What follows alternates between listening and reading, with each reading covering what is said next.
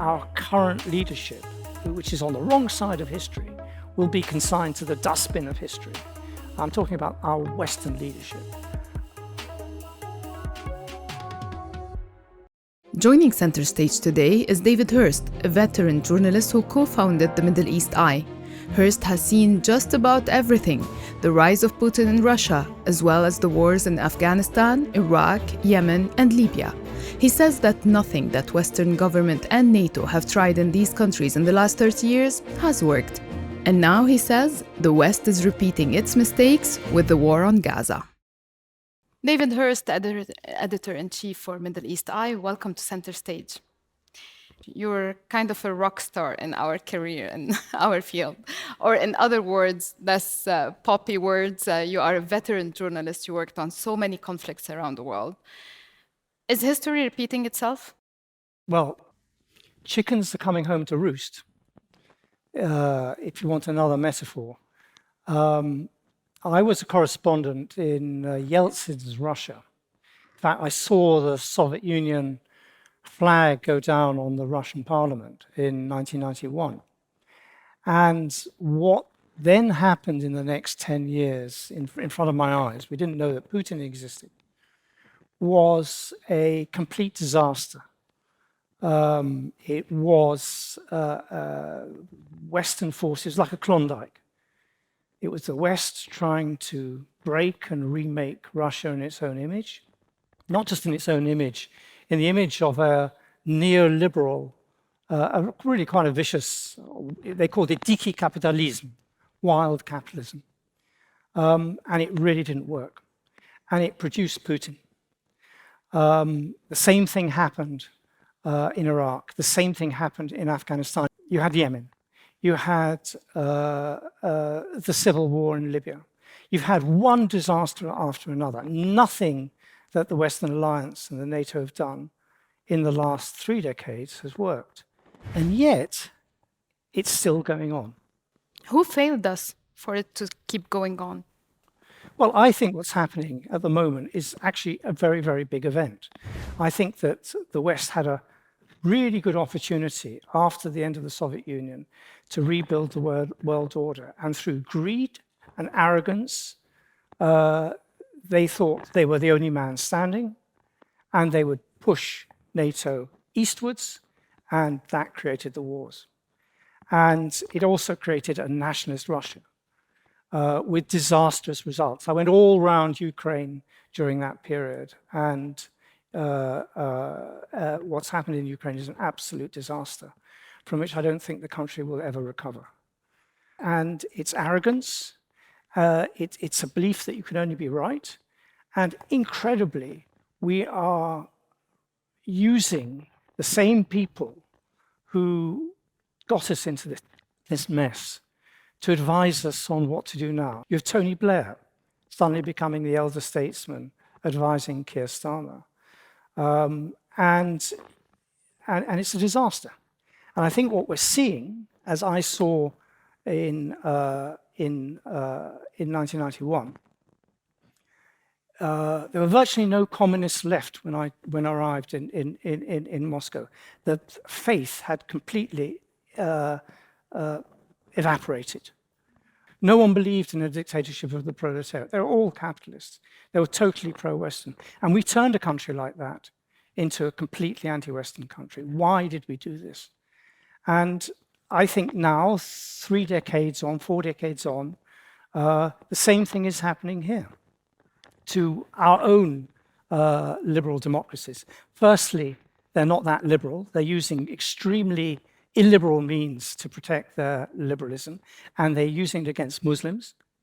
They wouldn't dare to do that against Jews or to synagogues, but you actually have laws in France that dictate what a good Islam as opposed to bad Islam, whatever that means, or separatism. Disgusting things are happening all over Europe. And they're not the victim of the rise of the far right. They create it. Their lack of governance, they're building states that don't protect their people. And Britain is a rich country. And you have nurses in Britain who have to choose between either feeding their family or heating their home. Now, how is that possible in a rich country? there are things going on which are really incredible. And I think what we're seeing is we're seeing the collapse of the Western model. Is it really the collapse, or is it really just reinventing itself? Because when we look at the speech of not now the far right, because the limits between far right and left is now so vague, with politicians adopting far right nationalist speech, populist speech, xenophobic speech. Is it really a collapse, or is it just it never really cured from its racism? Well, if it isn't checked, it will become a really big force. It's becoming a big force anyway. So I don't think that we should have any complacency about the far right. I think what we've got to address is the failure of governance, is the failure to provide a strong state, is the failure to narrow the gaps between the excessively rich and everyone else.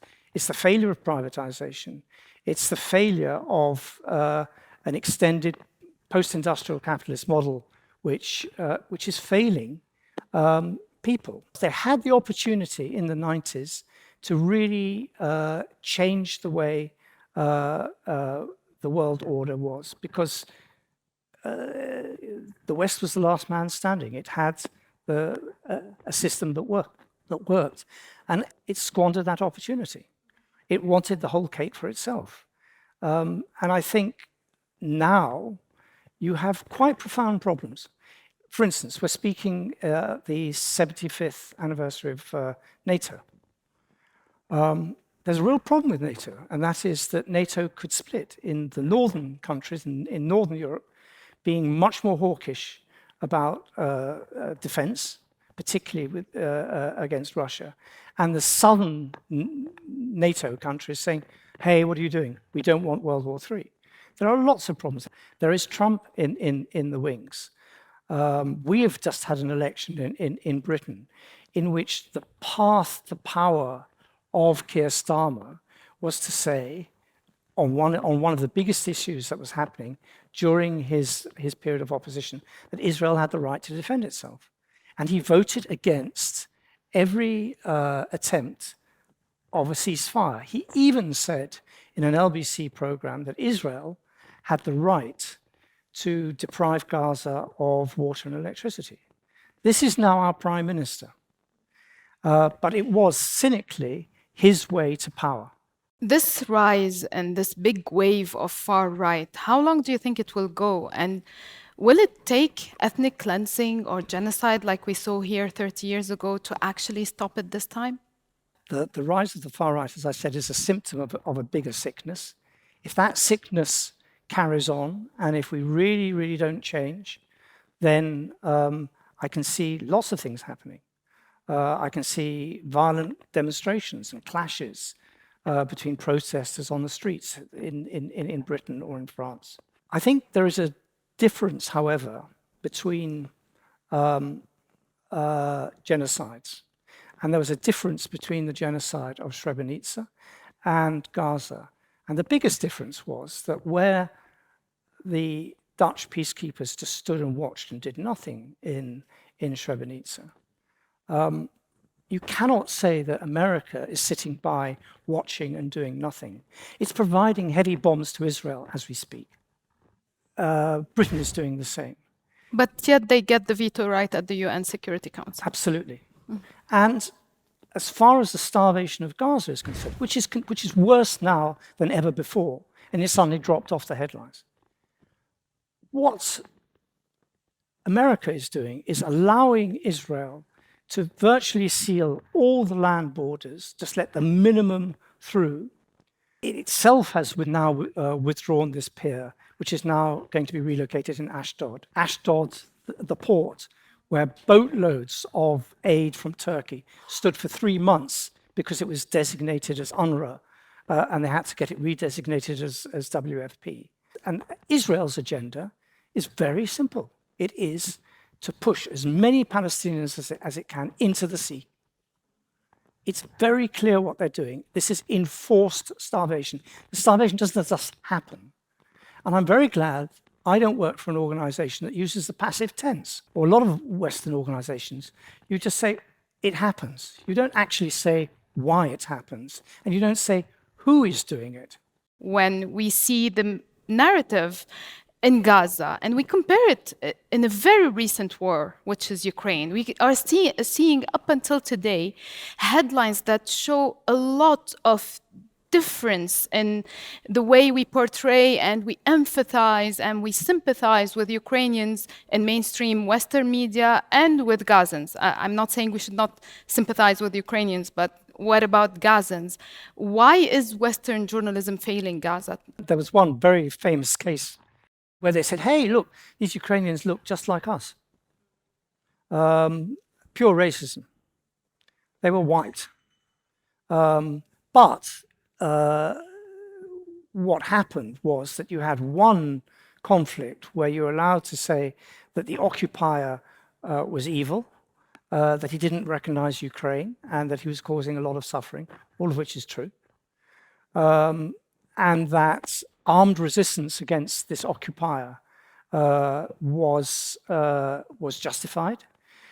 And on the other, you have a very, very long-running occupation where you're not allowed to say that the occupier is evil.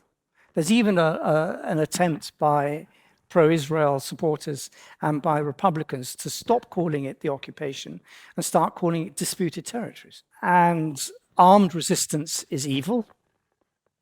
And it's the complete reverse of that coin. There is a huge wave of public opinion which says this war has to stop and in favor of a Palestinian state. But we don't have the elected representatives that actually are brave enough to say that. And so the more people who say that, there will be a wave. There will be this whole system of justifying the unjustifiable will not last.